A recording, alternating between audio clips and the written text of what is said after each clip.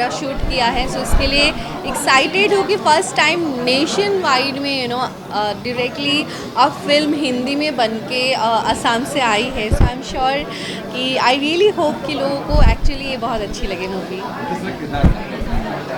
आप सबका किरदार निभा रही हूँ मैं। सो ऐसे ही माइक लेके घूमती रहती हूँ मैं।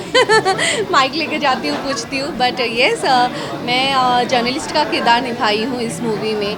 एंड उसके साथ ही जर्नलिज्म कितना टफ है ये भी दर्शाया गया है कहीं ना कहीं इस मूवी में, कि बहुत सारी चीज़ें, बहुत सारी बातें ऐसे होती हैं कि हम चाह के भी नहीं कर पाते, चाह के भी कह नहीं पाते, कुछ ऑब्लिगेशंस होते हैं। अभी पहले के जर्नलिज्म बोलते थे कि फ्रीडम ऑफ स्पीच हुआ करता था, कि जो मन है, जैसे मन है, जो सच लगता था वही करते थे। पर अभी बहुत सारे ऑब्लिगेशंस आते हैं, बहुत सारी बाधाएं आती है, बहुत सारी प्रोज एंड कॉन्स है उसके साथ, तो सबके साथ मिलके आपको चलना पड़ता है। तो कहीं ना कहीं बहुत सारी चीज़ों में आप पीछे रह जाते हैं, आप चाह के भी नहीं कह पाते या नहीं वो सामने ला पाते हैं। सो आई अंडरस्टैंड।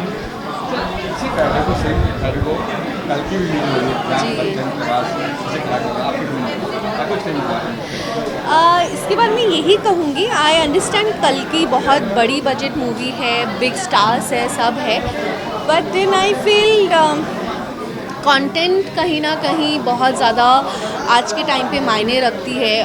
तब के ऑडियंस में अब के ऑडियंस में बहुत ज़्यादा फ़र्क है। सो आई एम श्योर जो लोग कल की भी देखने जाएंगे वो थोड़ा सा और एक्स्ट्रा टाइम लेके जाया कीजिए थिएटर पे। उसी दिन सेम मूवी आप कुकी भी देख के आइए। इसी दोनों के है, सो दोनों ही अच्छी करने वाली हैं। एंड आई एम श्योर कि आपको कुकी के थ्रू हम एक्चुअली जो कहना चाहते हैं और हमारे राइटर्स प्रोड्यूसर्स जो दर्शाना चाहते हैं और कहना चाहते हैं, एक अवेयरनेस के थ्रू बताना चाहते हैं, एक टॉपिक के थ्रू, सो जो अवेयरनेस क्रिएट करना चाहते हैं। सो आई एम श्योर आप जब कुकी देखोगे तो कहीं ना कहीं आपके दिल को छुएगा, एंड आई एम श्योर आपको ये मूवी अच्छी लगेगी। सो प्लीज़ 28 जून को अपने नज़दीकी सिनेमाघरों में जाइए और कल्कि के साथ साथ कुकी भी देखिए। अगर कल्कि नहीं भी देख रहे हैं फिर भी कुकी देखने ज़रूर जाइएगा। अच्छा, जैसे कि जो मनोचिकित्सक है वो मानते हैं कि चाइल्ड रेप के बढ़ते मामले आ रहे हैं, उसमें कहीं ना कहीं वो कारक मानते कोई मेंटल होता है या कोई नशे में होता है, तो आप क्या कारण मानते हैं चाइल्ड रेप के मामले क्यों बढ़ रहे हैं, या कोई ऐसी कहानी जो इस मूवी से इंस्पायर्ड हो? बहुत सारे रीजंस हो सकते हैं, जैसे आपने कहा कि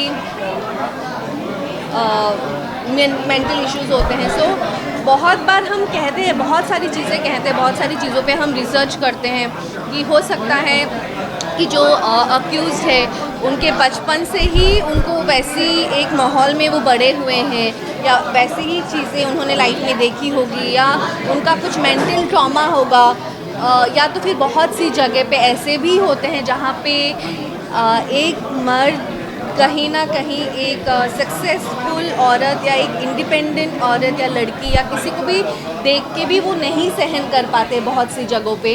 तो वहाँ पे भी हो जाता है कि बहुत सारी केसेस हमें मिलती है, जैसे बच्चों के साथ हो जाती है। तो कहीं ना कहीं आई गेस जैसे कि नेट सर्विस अवेलेबल है, तो उसके वजह से पूरे इंडिया में कहीं ना कहीं I am sure pawns available होते हैं। तो कहीं ना कहीं गवर्नमेंट को ये सारी चीज़ें एक्शन लेनी चाहिए, उनको ये सब बंद करनी चाहिए। वेबसाइट्स बिल्कुल भी अवेलेबल नहीं करनी चाहिए, क्योंकि ये सब अवेलेबल सिर्फ बड़ों के लिए ही नहीं, एडल्ट्स के लिए नहीं। आप इंटरनेट खोलोगे आजकल, फ़ोन हर किसी, एक 8 साल के बच्चे के हाथ में भी आजकल एक स्मार्टफोन हो जाता है, बट यू डोंट नो कि वो क्या कर रहा है उस फ़ोन के साथ। सो कहीं ना कहीं गवर्नमेंट को ये सारी चीज़ों का भी ध्यान रखना चाहिए। जैसे कि हम ड्रग्स के बारे में बात करते हैं, हम नशे के बारे में बात करते हैं, हम कितना भी रोकें, हम कितना भी रेट करें, पर फिर भी एक ना एक केस हमारे सामने आ ही जाता है। जब हमारे सामने केस आता है मतलब it is there, it is very much there. तो आपको उन हर एक चीज़ों के साथ आपका डील करना ज़रूरी है। सिर्फ बोलना, सिर्फ एक दो बातें करने से या एक दो मिशन कंप्लीट करने से आप मतलब देश भर का ये प्रॉब्लम नहीं सॉल्व हो सकता। वो सॉल्व करने के लिए आपको उसका जड़ ख़त्म करना पड़ेगा कम्प्लीटली, क्योंकि बिना अवेलेबल हुए आपको चीज़ें मिल नहीं सकती। तो जब तक अवेलेबल है, तो जैसे कि ये पॉर्न साइट्स हो गए, आप कम्प्लीटली बैन कर दो, आप मतलब बंद ही कर दो कि कोई उसका मतलब गलत फ़ायदा कोई उठा ही नहीं सके। उसके बाद एक परवरिश तो ऑफकोर्स डेफिनेटली पेरेंटिंग के ऊपर आती है, तो डेफिनेटली मैं पेरेंट्स से भी रिक्वेस्ट करूँ